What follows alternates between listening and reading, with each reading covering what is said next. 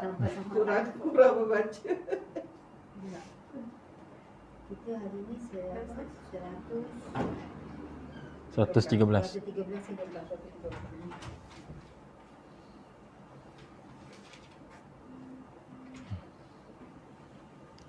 Dah. Assalamualaikum warahmatullahi wabarakatuh. Bismillahirrahmanirrahim. Alhamdulillahirabbil alamin. Wa bihi nasta'in ala umurid dunya waddin. Wassalatu wassalamu ala sayyidina Muhammad asyrafil anbiya'i wal mursalin wa ala alihi wa sahbihi ajma'in. Subhanaka la ilma lana illa ma 'allamtana innaka antal alimul hakim. Allahumma 'allimna ma yanfa'una Allahumma faqihna fid din wa 'allimna ta'wil wahdina siratakal mustaqim bi rahmatika ya arhamar rahimin walhamdulillahi rabbil alamin. Alhamdulillah, kita syukur pada Allah Subhanahu Wa Taala pada pagi ini sama-sama dapat kita meneruskan pengajian tafsir Al-Quran kita menerusi surah Toha. Jadi kita sudah berada di penghujung surah Toha. Hanya berbaki lebih kurang 2 muka surat sahaja lagi. Jadi insya-Allah pada pagi ini kita akan mulakan dengan ayat yang ke-113.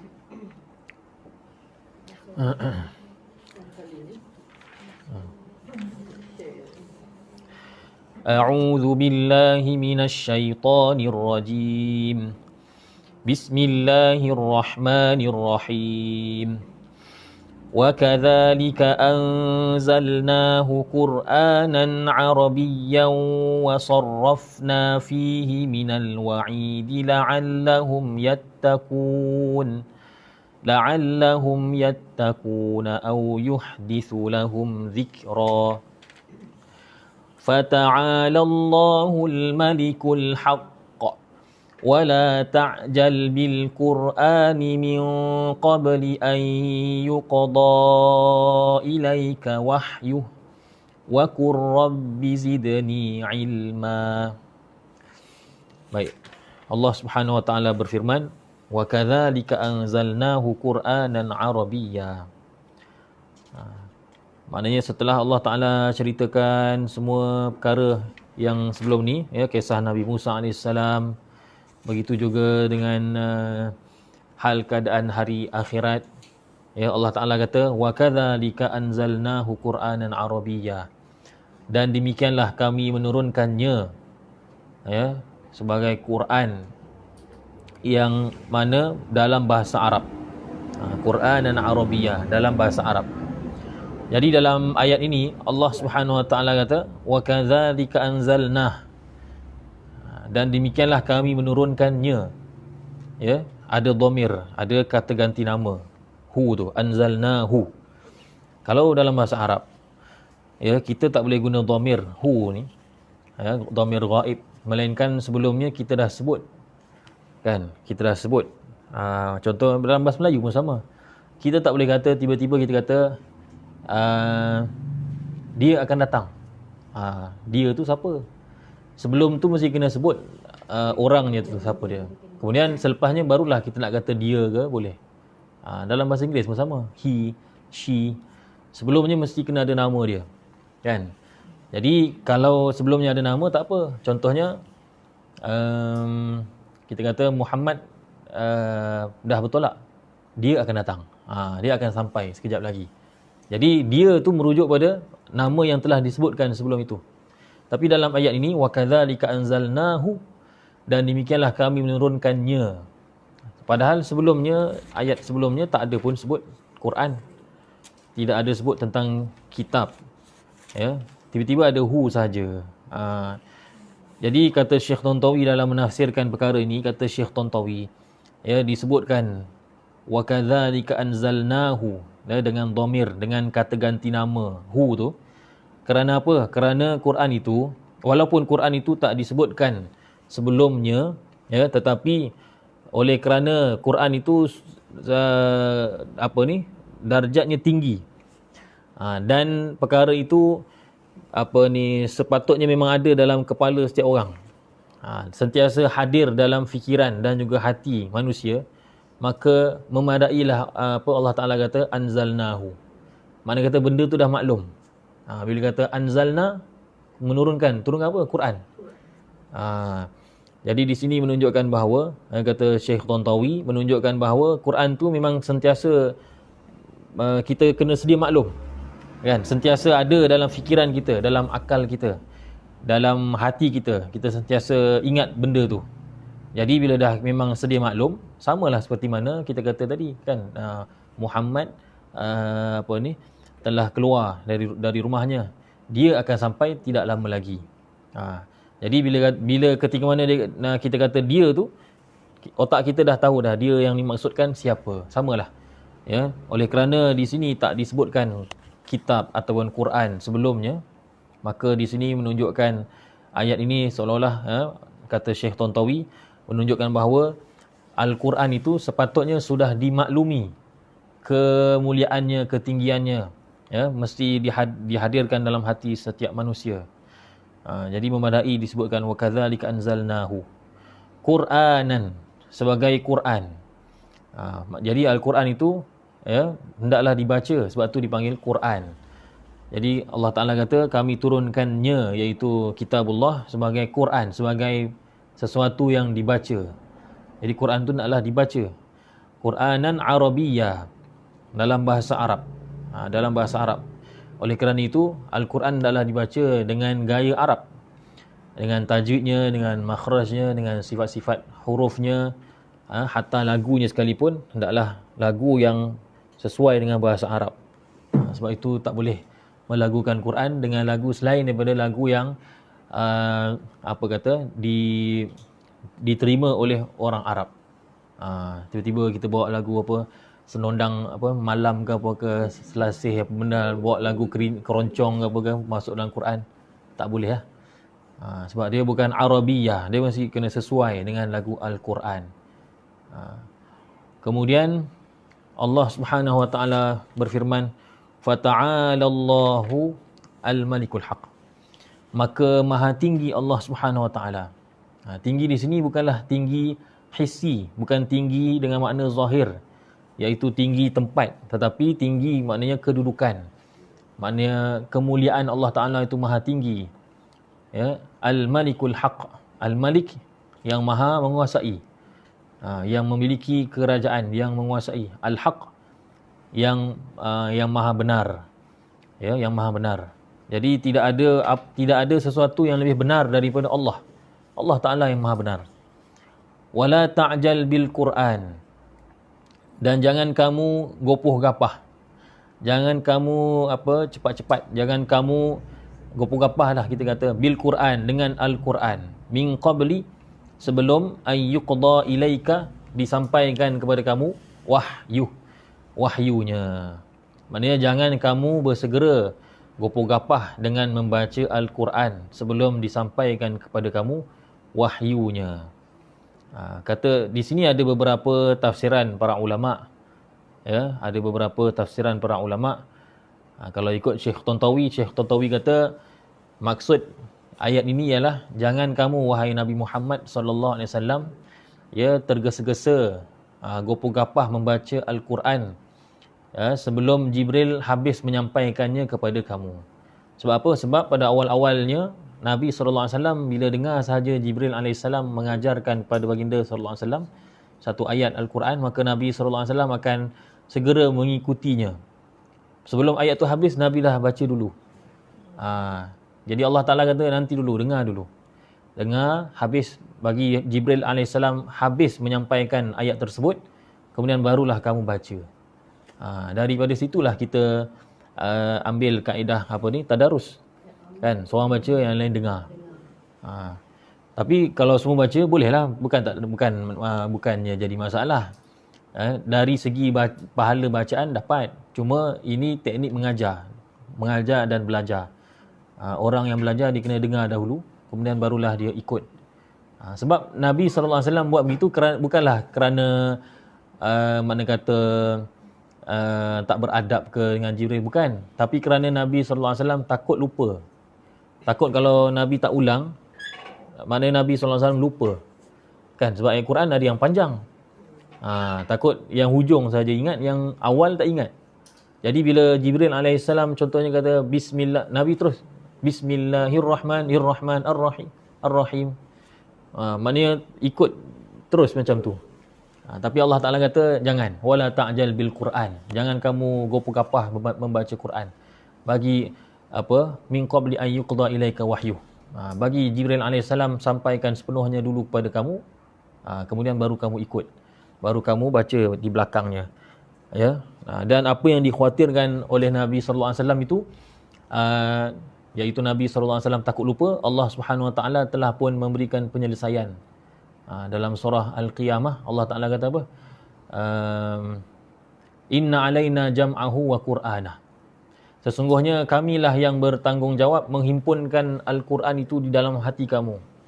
Jam'ahu wa qur'anah, dan kami yang bertanggungjawab untuk bagi tahu taufik pada kamu supaya kamu dapat membacanya.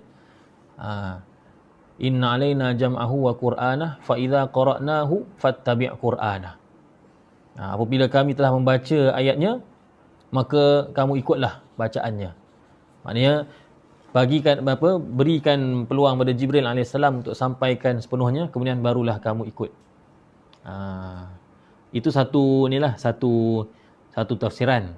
Ya, satu tafsiran.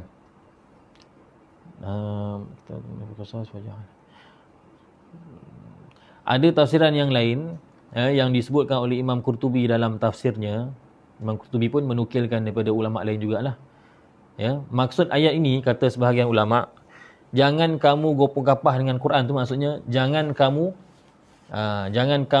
segera menafsirkannya sebelum kami sampaikan kepada kamu tafsirannya. Jadi Quran tu satu bacaannya, satu lagi sudut ialah erti, makna dan juga tafsirannya. Jadi ada sebahagian ayat Quran yang mana kita walaupun sekali lalu membawa makna begitu, tapi di belakang tu ada makna lain. Maka Nabi SAW diperintahkan oleh Allah, tunggu kami beritahu pada kamu apakah tafsirannya.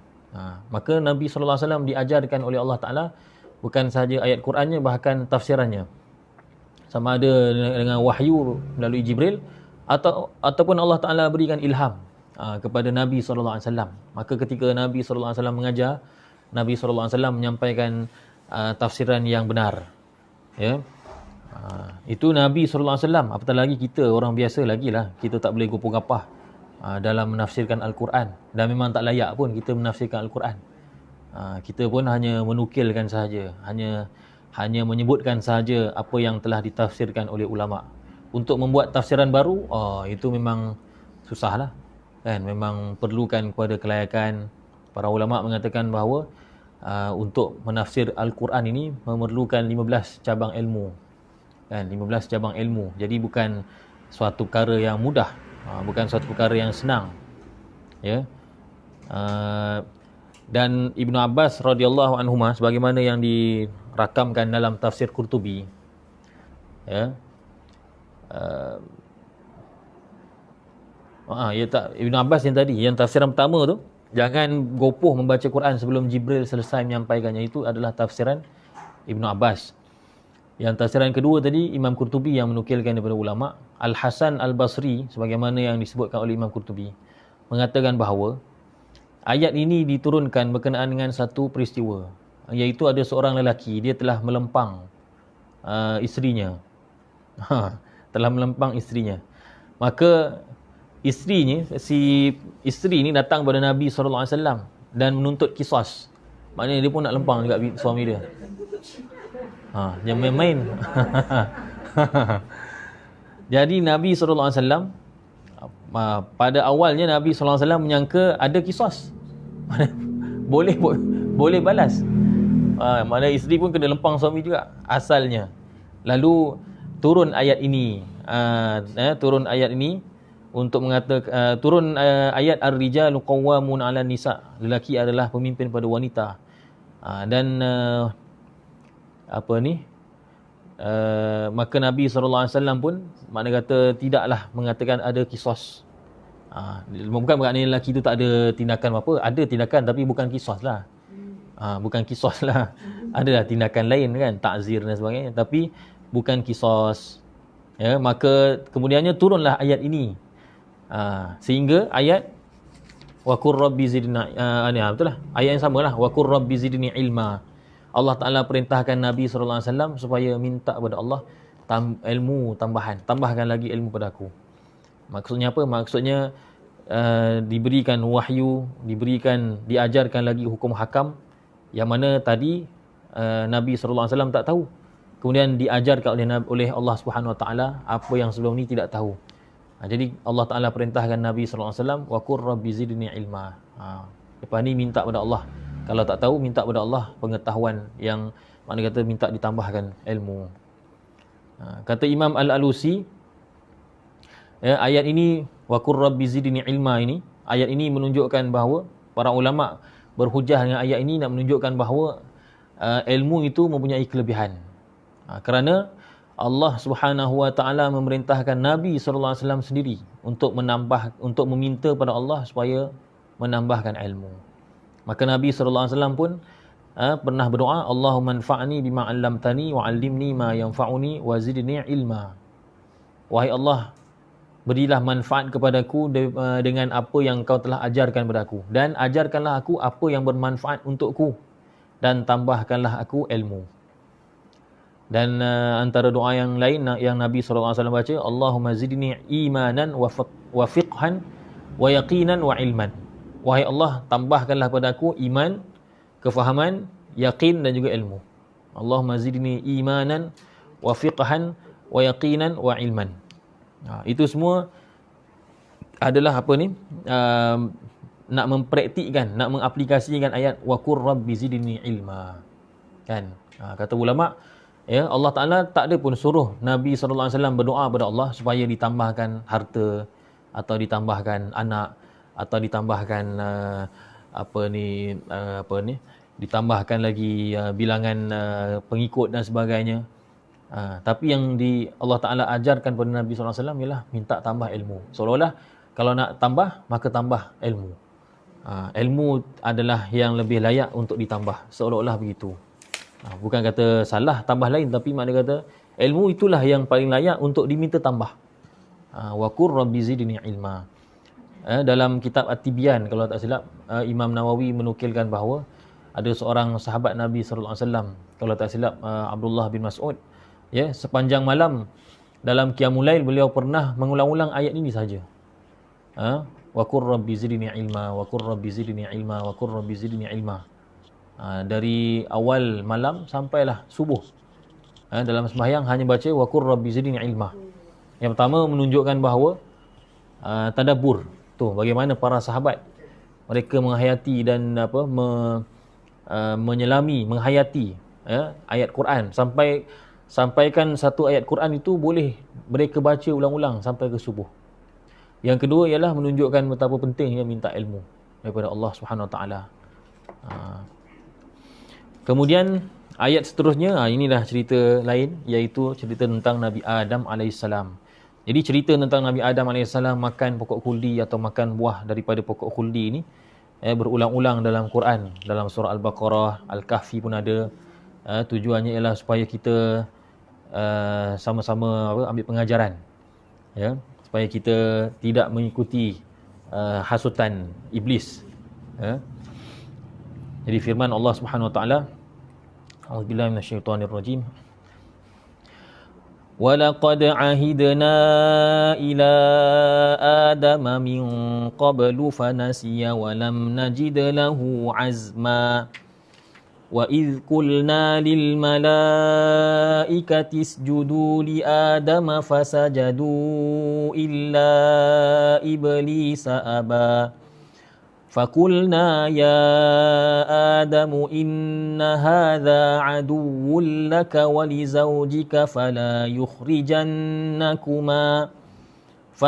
يُخْرِجَنَّكُمَا مِنَ الْجَنَّةِ فَتَشْقَى.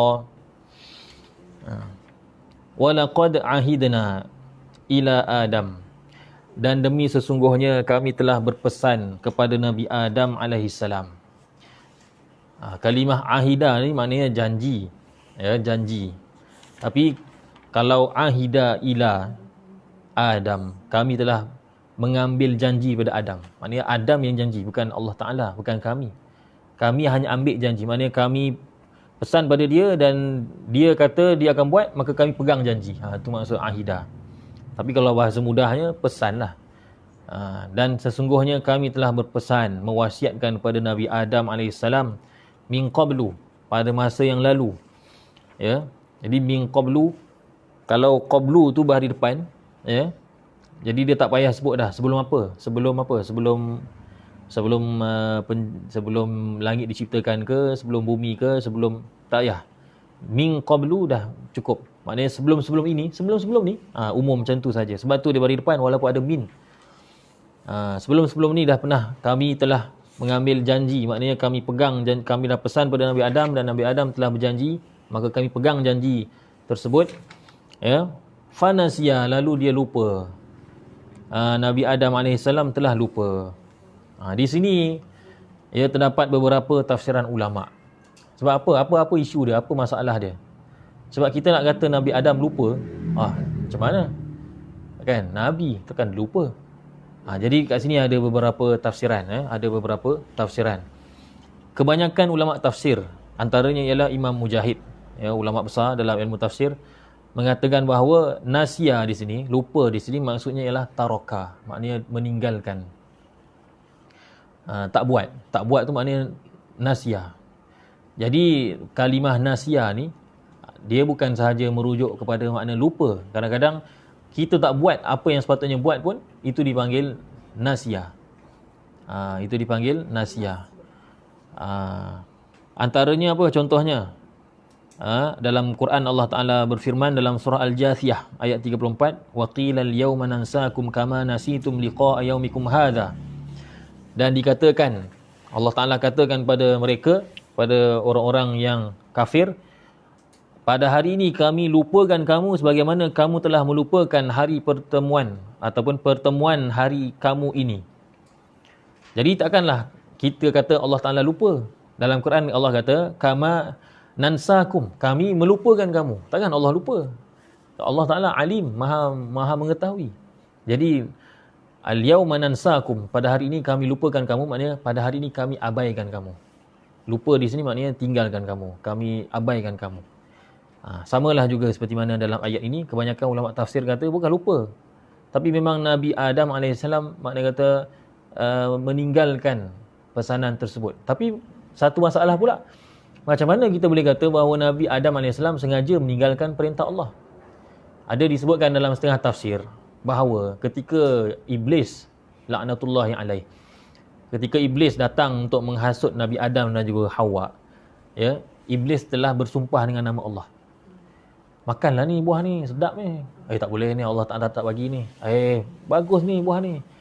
Allah Ta'ala tak bagi. Iblis pun fikir macam mana nak hasut Adam ni. Adam ni hebat betul iman dia. Maka Iblis mengatakan wallahi. Dia kata wallahi. Orang beriman dia tak terbayang dalam fikiran dia bahawa ada orang yang cakap wallahi tapi menipu. Macam kita lah. Kan? Kita Arab. Zaman dulu tak ada Arab lagi. Arab belum ada lagi. Agak kalau orang Arab ada. Nabi Adam AS tak terbayang dalam fikiran dia kalau orang tu kata wallahi, dia menipu. Jadi bila Adam AS dengar Iblis kata wallahi, ni betul lah kot. Kan? Iblis kata wallahi, Allah Ta'ala tak bagi kamu makan, bukan apa. Kan? Sebab apa ni, kerana apa ni, apa tu saya lupa dah. Kan? Tak mau kekal dalam syurga. Sebab itu je rupanya. Jadi ulama kata, sebahagian ulama tafsir mengatakan Nabi Adam AS mentakwilkan larangan Allah yang diterima sebelum ini dengan makna larangan itu makruh sahaja, bukan haram. Sebab apa yang dilarang dalam Quran dan Sunnah bukan semua haram. Ada kalanya haram, ada kalanya makruh. Kan? Jadi bila dengar Iblis mengatakan wallahi, Nabi Adam kata, takkan orang sebut wallahi boleh menipu.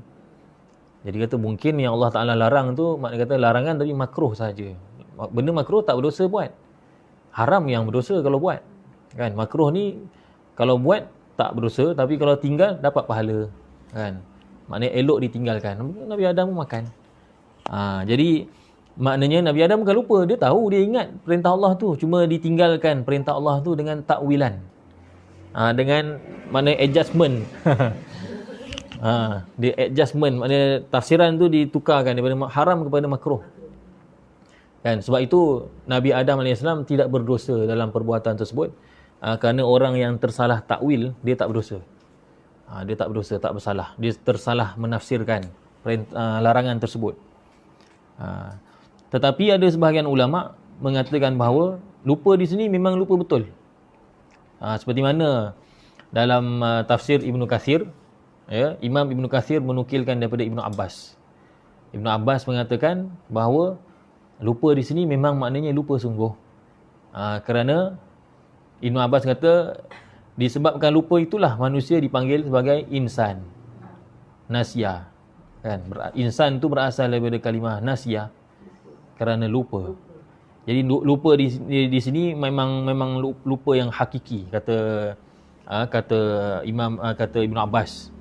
Tapi kebanyakan ulama mengatakan bukan lupa, memang Nabi Adam tahu, ingat. Cuma Nabi Adam tinggalkan kerana suatu tafsiran yang terlintas dalam fikiran dia setelah dia dengar sumpah wallahi daripada iblis tadi. Ya. Dan kalau kita pegang pada tafsiran Ibnu Abbas bahawa Nabi Adam AS lupa, maka ya tidak ada masalah lah. Makna kata kalau orang lupa ni memang tak bersalah, tak berdosa. Kerana Nabi SAW bersabda, innallaha tajawaza li an ummati al-khata' wan nisyan wa mastukrihu alaih. Sesungguhnya Allah Subhanahu Wa Taala ya memaafkan kepada umatku tersalah, lupa dan juga terpaksa. 3 keadaan ni dimaafkan. Tersalah, lupa dan terpaksa. Cuma ada ulama lain seperti Imam Baghawi, dia ada pandangan lain. Ya. Ada ulama berpandangan bahawa yang dimaafkan tu ialah untuk umat Nabi SAW saja. Sebab dalam hadis tu kata innallaha tajawaza li an ummati. Maknanya yang dimaafkan dalam 3 perkara itu, terlupa, tersalah dan terpaksa, dipaksa, diugut dan sebagainya. 3 keadaan itu dimaafkan untuk umat ini saja. Untuk umat ni saja. Ada yang kata begitu. Jadi panjanglah perbahasannya kalau kita nak pergi satu persatu kan. Kita ambil yang jumhur lah, yang kebanyakan ulama kata Nabi Adam AS meninggalkan larangan tersebut. Maknanya kata makan juga akhirnya kerana takwilan. Kerana apa? Kerana percaya dengan lafaz wallahi tadi. Jadi Nabi Adam AS walau bagaimanapun tafsiran, dia tak bersalah lah. Tidak dikatakan bersalah. Ya, hatta walaupun ulama yang pegang bahawa lupa itu dimaafkan. Bukan, hatta kalau kita pegang pendapat yang kata bahawa yang dikatakan lupa itu dimaafkan hanyalah untuk umat Nabi SAW sahaja sekalipun, tetap kita tak boleh kata Nabi Adam AS tersalah. Kerana apa? Kerana sebenarnya hakikatnya memang Allah Subhanahu Wa Taala sudah pun tetapkan bahawa Nabi Adam AS memang akan diturunkan ke bumi. Cuma nak ni je, nak bagi ada asbab. Dia ada sebab. Kan?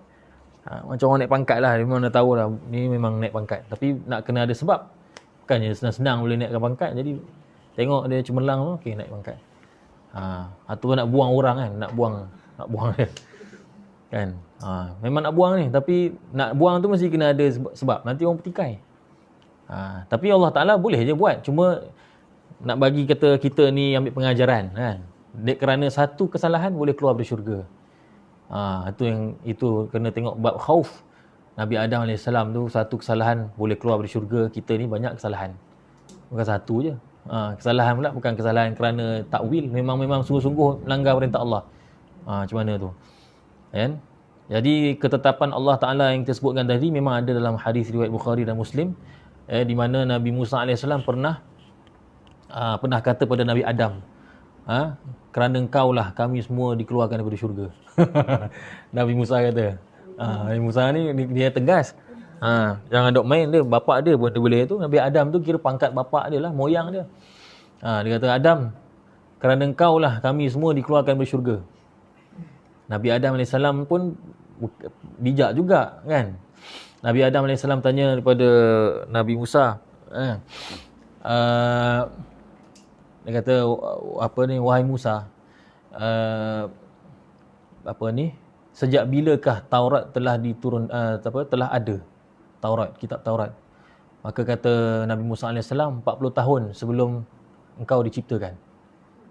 Kemudian Nabi Adam AS tanya lagi, dalam Taurat ada tak sebut bahawa aku makan buah khuldi lalu aku dikeluarkan dari syurga? Ada.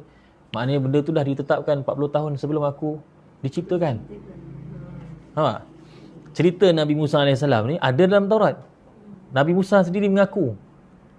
Lepas tu Nabi Adam tanya pada Nabi Adam tanya pada Musa, Taurat tu ada sejak bila?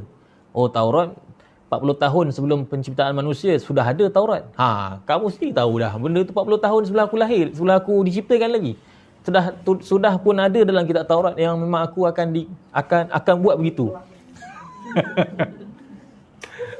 Nabi Musa terdiam. Nabi Musa tak boleh nak kalahkan. Kamu sendiri tahu. Taurat 40 tahun sebelum aku diciptakan, dan dalam Taurat tu ada sebut kisah aku. Aku nak buat apa lagi dah memang macam tu. Jadi maknanya memang Allah Ta'ala dah tetapkan dah akan berlaku macam tu. Sebab tu kata para ulama, kisah ni hanya untuk apa ni, kita tak payah fikirlah Nabi Adam ni buat kesalahan ke apa. Tak ada. Memang tak ada salah pun. Dia untuk pengajaran diri kita. Pengajaran diri kita. Kemudian firman Allah Subhanahu Wa Ta'ala, mana tadi? Fanasiya walam najid lahu azma, dan kami tidak mendapati baginya keazaman. Maknanya kami tidak mendapati dalam diri Nabi Adam itu keazaman. Di sini pun ada beberapa tafsiran. Ada sebahagian ulama mengatakan maksudnya kami tak nampak yang Nabi Adam AS ni benar-benar teguh menjaga apa yang kami telah pesan. Itu satu tafsiran. Walam najid lahu azma, maknanya kami tak nampak yang Nabi Adam ini memang betul-betul sabar menghalang diri daripada makan buah tersebut, makan daripada pokok tersebut. Ini tafsiran Ibn Abbas, Qatadah dan lain-lain. Tapi ada juga ulama lain yang menafsirkan begini, walam najid lahu azma, maksudnya kami tidak dapati dalam dirinya keazaman. Di sini maknanya niat yang memang nak apa? Niat memang nak melakukan maksiat. Lain tu. Satu tafsiran kata ayat ni maksudnya Nabi Adam memang tidak ada keazaman untuk patuh larangan ini. Tapi ada yang kata keazaman di sini bukan patuh. Keazaman maknanya memang Nabi Adam bukan dalam hatinya niat sengaja nak melanggar. Dia lain, dia terbalik. Sebab azma tu umum. Azam apa? Azam melanggar ke azam untuk makan, melakukan maksiat. Walam najid lahu azma. Kata ulama, kerana itulah Nabi Adam AS tidak dinamakan, tidak dimasukkan dalam senarai ulul azmi. Kan? Sebab tu dia tak ada termasuk dalam ulul azmi. Kerana ayat ni lah. Walam najid lahu azma. Kami dapati dia tidak ada keazaman. Kalau Allah kata begitu, maka Nabi Adam tidak termasuk ulul azmi. Ulul azmi Nabi Nuh, Nabi Musa, Nabi Ibrahim, Nabi Musa, Nabi Isa dan Nabi kita sallallahu alaihi wasallam. Kemudian firman Allah Subhanahu Wa Ta'ala lagi, wa idh qulna lil malaikati isjudu li adama fasajadu illa iblis aba. Dan ketika mana kami mengatakan kepada para malaikat, sujudlah kepada Adam. Sujud tujuannya ialah untuk takriman wa tashrifan, kata Ibnu Kathir. Sujud sebagai tanda memuliakan Nabi Adam AS. Fasajadu, maka semua mereka sujud, illa iblis, kecuali iblis. Kecuali iblis. Di sini ayat ini yang dijadikan dalil oleh sebahagian ulama mengatakan bahawa iblis itu pada awalnya dia adalah dari kalangan malaikat. Sebab bila kita kata semua sujud melainkan iblis, bermakna iblis adalah sebahagian daripada semua malaikat. Seperti mana kita kata semua hadir kecuali Zaid. Jadi Zaid adalah sebahagian daripada pelajar. Semua pelajar hadir kecuali Zaid. Jadi Zaid itu dia adalah one of satu daripada semua pelajar. Dia tak kena kalau kita kata semua datang kecuali kucing. Semua pelajar datang kecuali kucing. Orang akan terkejut. Apa benda kau cakap ni? Sebab kucing bukan sebahagian daripada pelajar. Ayat tu tak kena. Jadi sebahagian ulama kata, kalau kita kata iblis bukan kategori malaikat, jadi macam mana ayat ni fasajadu illa iblis? Sebahagian ulama ada yang mengatakan bahawa iblis itu memang dia adalah malaikat asalnya. Maknanya dia seperti malaikat, memang macam malaikat. Tetapi sebenarnya yang pendapat yang lebih tepat, iblis bukan malaikat. Iblis dibuat daripada cahaya, daripada api, dan malaikat daripada cahaya. Jadi kategori dia, spesiesnya tu tak sama. Tapi ayat ni ulama kata ayat ini ya, fasajadu illa iblis, disebutkan begini kerana iblis tu adalah ketua pada malaikat pada awalnya. Jadi dari segi penciptaannya, maknanya dirinya itu tidak sama seperti mana sifat para malaikat yang diciptakan daripada cahaya. Cuma dikelompokkan disekalikan dengan para malaikat sebab dia ketua. Dia satu grup lah kiranya. Walaupun yang malaikat semuanya diciptakan daripada cahaya, yang seorang ni daripada api. Tapi oleh kerana kesemuanya itu satu grup, yang ni ketua dia, maka bolehlah katakan fasajadu illa iblis. Tak makna kata tak salah lah dari segi bahasa. Dengan menganggap bahawa iblis itu ketua pada mereka, bukannya satu spesies, satu penciptaan sama susuk tubuh seperti malaikat. Dia enggan, dia menolak untuk sujud.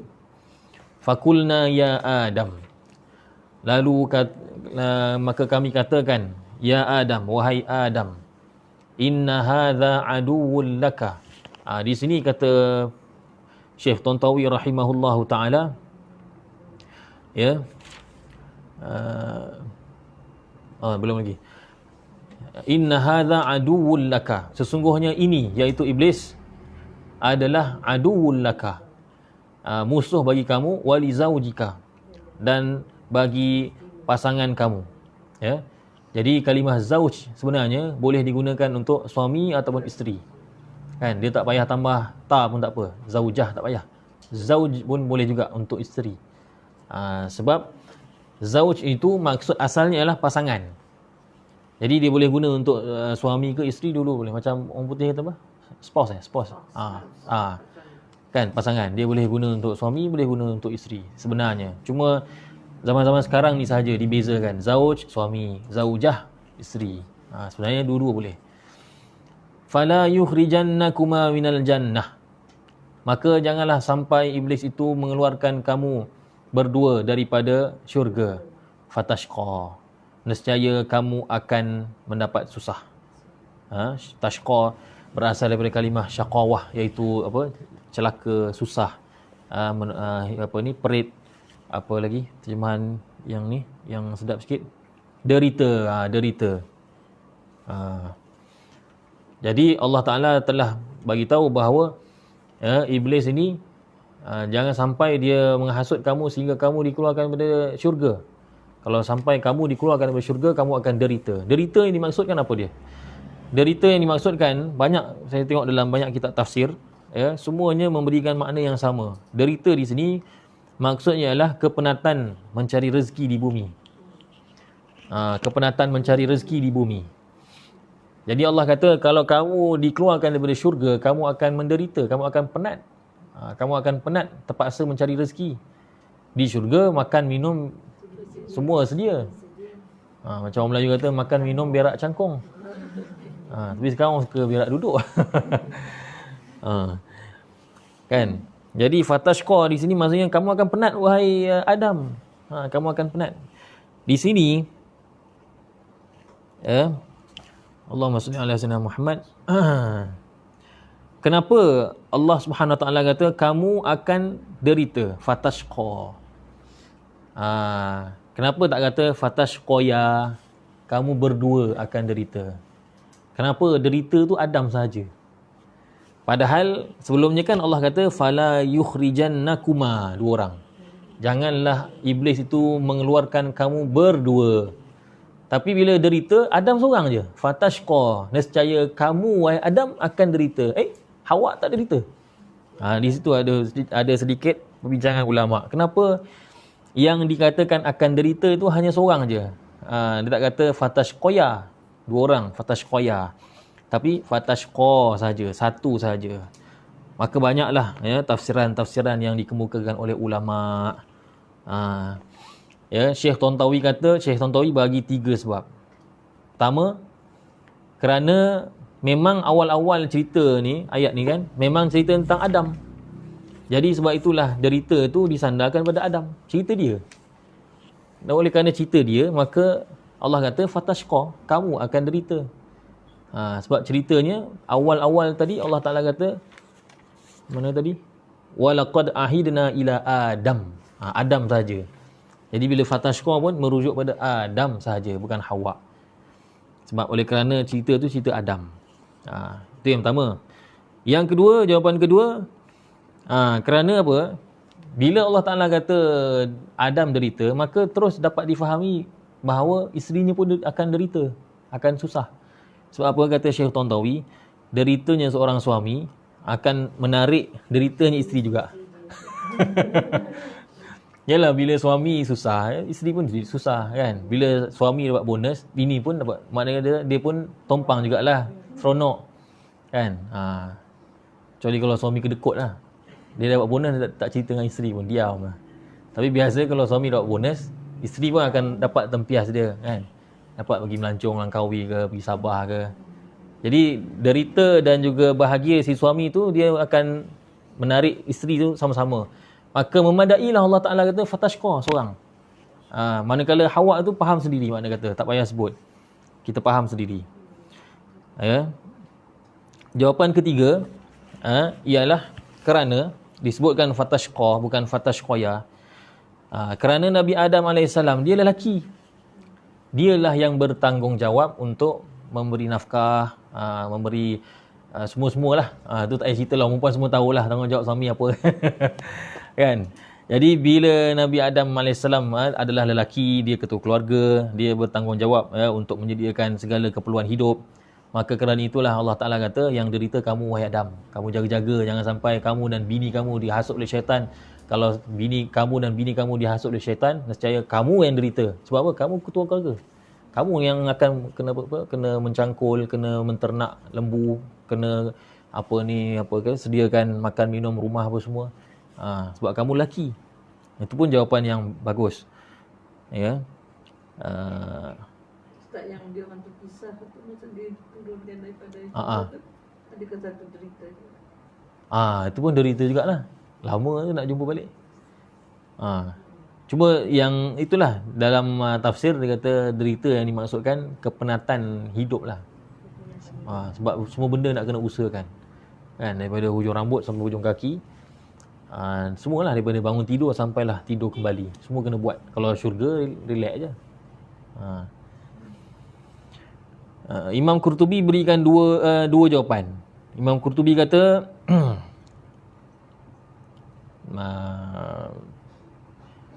samalah. Imam Qurtubi kata yang pertama samalah. Dia kata oleh kerana Nabi Adam dan isterinya kedua-duanya buat perkara yang sama, maka boleh faham sendirilah bahawa derita itu kena pada dua-dua. Walaupun lafaznya menunjukkan satu, tapi boleh difahami secara tersirat. Itu sama macam Syekh Tontawi sebut tadi. Yang kedua, jawapan Imam Qurtubi yang kedua pun sama juga macam Syekh Tontawi. Ya, dia kata kerana Nabi Adam AS, dia suami, dialah yang yang bertanggungjawab memberikan nafkah dan keperluan-keperluan hidup kepada isterinya. Ada lagi jawapan. Imam Nasafi kemukakan 3 jawapan. 3 jawapan. 2 jawapan tu sama seperti mana jawapan-jawapan sebelum ni, cuma dia tambah satu yang berbeza, iaitu kerana nak meraihkan hujung ayat. Kalau kita tengok ayat dia, semua belakang dia tashqa, ta'ra, tadha, yabla.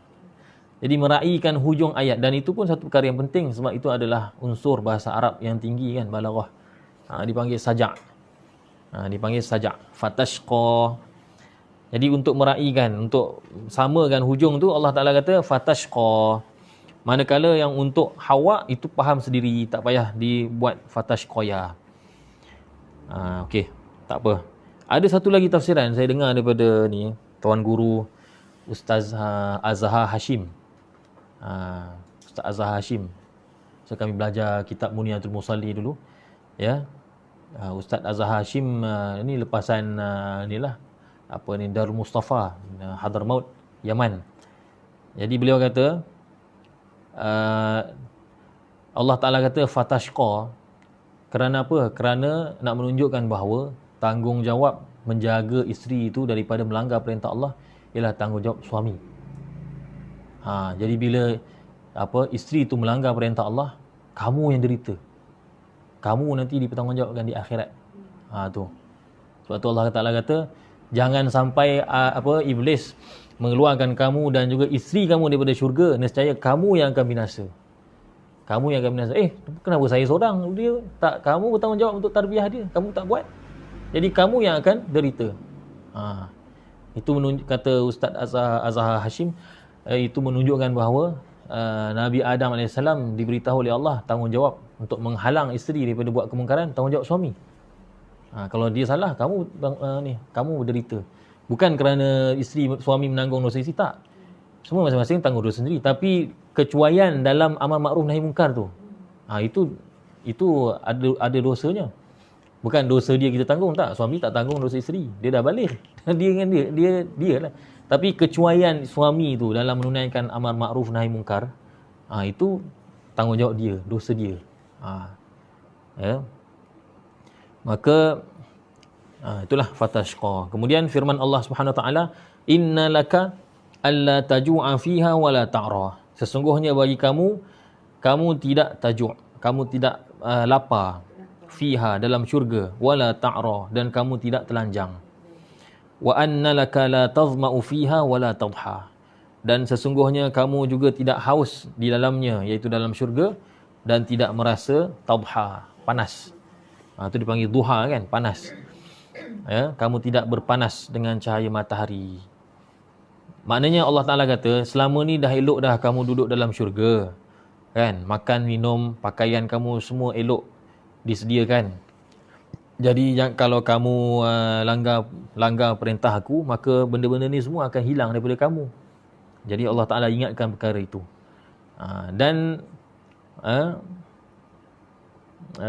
Kenapa Allah Subhanahu Wa Taala sebutkan itu? Pertama lapar, kedua dahaga, ketiga panas. Kata Az-Zamakhsyari rahimahullah taala, dia kata kerana manusia ni itulah 4 perkara yang menjadi asas keperluan dia, iaitu kenyang, hilang dahaga. Yang panas tu dia pecah dua. Panas tu merujuk kepada pakaian dan tempat tinggal, kan? Tabha tu panas. Jadi nak menghilangkan panas ni, terkena cahaya matahari 2. Maknanya pakaian dan tempat tinggal. Kemana walaupun sebut 3, tetapi dalamnya ada 4. 4 keperluan asas manusia. Makan, minum, pakaian, tempat tinggal.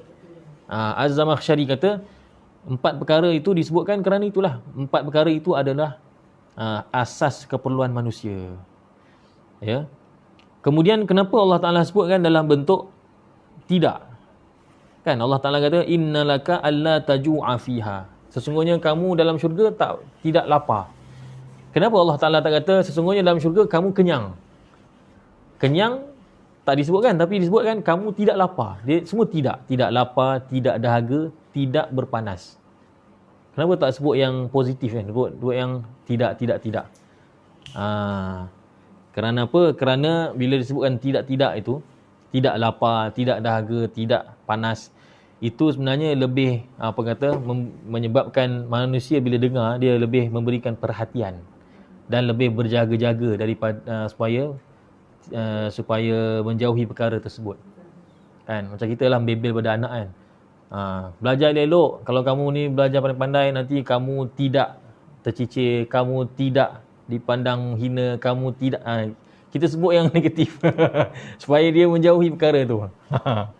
Kan kamu jangan main kat luar banyak sangat, nanti apa macam kita fikirlah banyak kan, banyak contoh. Kita akan sebut yang negatif, kita letakkan tidak di depan dia. Supaya dia berhati-hati kan. Bila dengar, uish, nanti dia lebih, maknanya kata lebih menarik perhatian orang yang dengar. Contoh kata, kenapa kena semayang? Supaya tak masuk neraka. Bila orang, oh neraka kan, supaya tak masuk neraka. Kan. Itu lebih memberikan kesan daripada kita kata supaya masuk syurga. Bila kata supaya tak masuk neraka, lebih, maknanya orang lebih memberikan perhatian dan berjaga-jaga supaya tak terkena benda tu. Lebih takut lah. Sebab tu Allah Ta'ala kata, la taju' la ta'ra la tazma'u fiha wa la tadha fawaswasa ilaihi syaitan. Lalu syaitan telah membisikkan hasutan kepadanya, iaitu kepada Adam. Apa makna waswas? Asal maknanya apa dia? Waswasah ataupun wiswas dalam bahasa Arab, makna asalnya ialah al-hamsul khafi. Suara yang perlahan, suara yang lembut, suara yang halus. Itulah maksud waswas asalnya. Kan sebelum ni kita baca ayat kan, ketika di pada mahsyar, la tasma'u fiha hamsa illa hamsa. Kan, kamu tidak akan dapat dengar di pada mahsyar tu satu bunyi pun melainkan hamsa, bunyi yang perlahan saja. Sebahagian ulama menafsirkan maknanya mereka hanya berbisik-bisik saja, tak berani nak keluarkan suara kuat-kuat. Sebahagian ulama menafsirkan hamsa itu ialah hanya bunyi tapak kaki sahaja. Maknanya kata tak ada siapa berani bersuara di padang mahsyar, takut.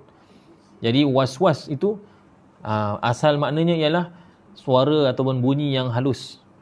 Jadi oleh kerana waswas ni dia masuk senyap-senyap je dalam hati kita, waswas yang syaitan lontarkan ni, sebab tu dipanggil waswas. Dia bisik halus je, hasut. Sebab kalau dia cakap kuat-kuat, memang kita larilah, kita tak dengar.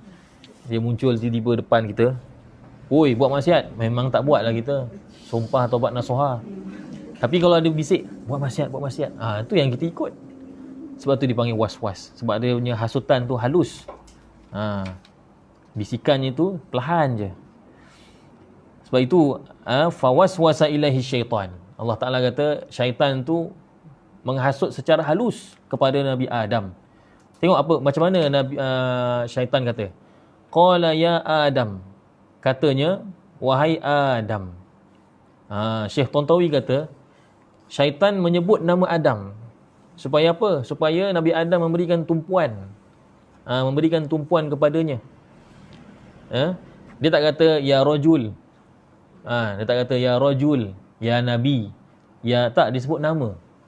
Orang kalau panggil nama tu, orang kalau panggil kita dengan nama, kita akan berikan perhatian.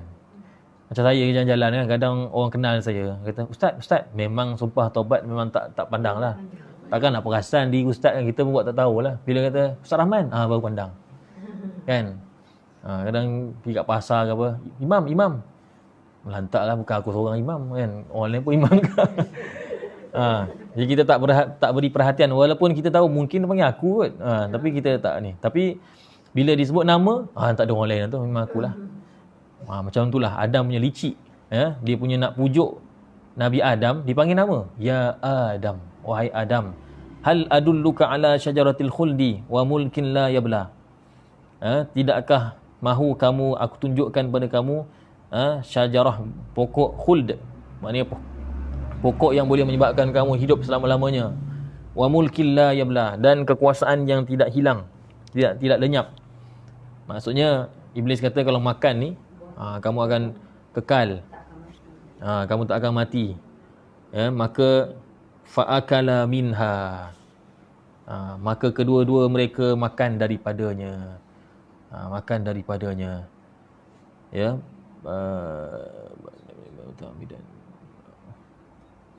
Mana tadi? Okey, kedua-duanya makan daripadanya. Jadi disandarkan perbuatan makan tu pada kedua-duanya. Maknanya Nabi Adam dan juga Sayyidatina Hawa, kedua-duanya makan. Kedua-duanya makan. Maka fabadat lahuma sau'atuhuma. Lalu terzahirlah bagi mereka berdua kemaluan mereka berdua.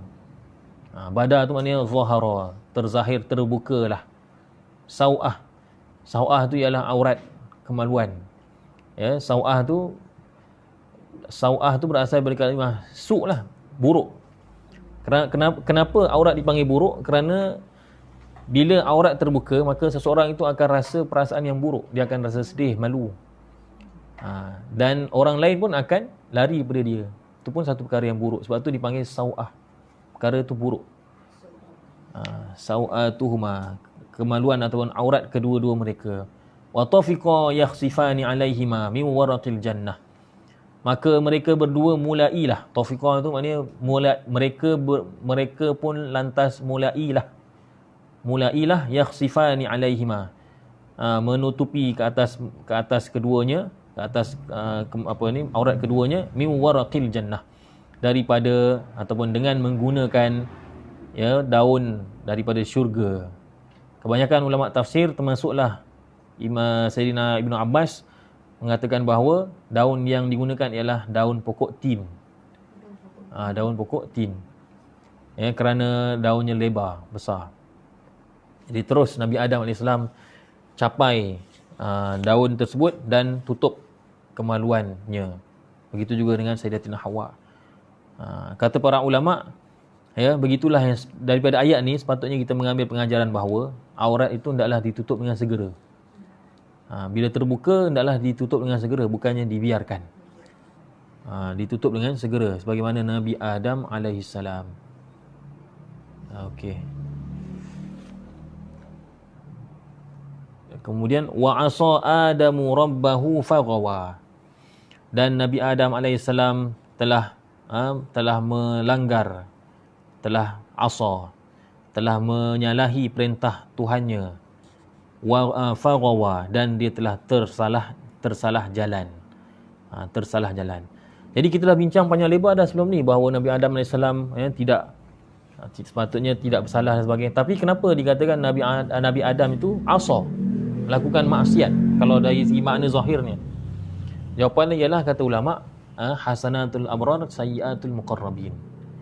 Kebaikan yang dibuat oleh orang-orang biasa ni, orang-orang baik biasa, itu kadang-kadang dianggap sebagai maksiat oleh orang-orang yang hampir pada Allah. Jadi walaupun perbuatan itu makna kata bukanlah kesalahan bagi orang biasa, tapi bagi Nabi Adam, kerana kedudukannya yang tinggi, maka dipanggil dosa. Walaupun sebenarnya bukanlah dosa. Seperti mana Allah Ta'ala menegur Nabi SAW mengabaikan orang yang buta kan. Walaupun sebenarnya tak berdosa pun, Nabi SAW berhak nak dakwah siapa? Nak dakwah pemuka Quraisy dulu ke? Nak utamakan OKU dulu ke? Berhak, mana-mana pun boleh. Tapi ditegur oleh Allah Subhanahu Wa Taala kerana apa? Kerana maqam Nabi SAW itu tinggi. Jadi tidak layak Nabi SAW buat perkara yang menyalahi afdal. Samalah seperti mana Adam AS. Kalau ikutkan, dia tak bersalah sebab dia mentakwilkan. Dia tersalah tafsir. Bukan dia tak ikut, dia ikut tapi dengan tafsiran yang lain. Tetapi bagi kerana kedudukan Nabi Adam AS itu tinggi, maka Allah Ta'ala kata maksiat. Wa asa Adamu rabbahu faghawa. Maknanya kata telah melakukan maksiat. Sama macam ni lah kan, orang pelajar yang pandai, kalau dibuat salah sikit ketika jawab soalan, maka guru akan pangkah kan, sebab dia pelajar pandai. Sekolah Sri Puteri ke, sekolah apa ke, sekolah MRSM ke, walaupun jawapan tu betul, kalau kelas-kelas hujung, sekolah-sekolah biasa ni, sekolah apa hujung-hujung kan, kena sikit, right je lah, bagi je lah kan. Macam isteri saya mengajar kan, satu sekolah Putrajaya kan, memang budak-budak dia sekolah biasa kan, memang budak-budak dia Masya Allah kan, dah ajar banyak kali pun masih lagi jawapan. Tapi kalau ada sikit-sikit, bagi je lah. Sampai kan pengetua kata, ni budak ni baca Quran pun tak kerti. Tiba-tiba masuk ujian lisan. Macam mana ujian lisan dah kena baca Quran kan? Pendidikan Islam ada baca Quran kan, dia baca Quran tak kerti. Pengetua kata bagi je lah markah, yang paling minimum bagi band 3. Macam tu, sampai tahap macam tu. Tapi kalau tahfiz Quran, tak baca Quran, tiba bagi markah band 3, mana boleh. Dia tahfiz. Begitulah Nabi Adam AS kedudukannya tinggi kan. Jadi perkara-perkara macam ni, maka Allah Ta'ala kata wa'asa Adamu rabbahu faghawa. Tapi bagi kita dimaafkanlah sebagaimana Nabi sallallahu alaihi wasallam kata, ya, Allah Ta'ala memaafkan 3 keadaan tadi. Tersalah, terlupa dan dikerah ataupun dipaksa. Okey, wallahu alam, kita berhenti di sini insya-Allah. Ya, mudah-mudahan apa yang kita bincangkan ada manfaatnya. Pengajaran yang kita keluarkan semuanya tu kita ambil pengajaran, kita amalkan dan kita sampaikan kepada orang lain insya-Allah. Wallahu alam. Subhanallah bihamdihi subhanakallah. Asyhadu an la ilaha illa anta astaghfiruka wa atubu ilaik.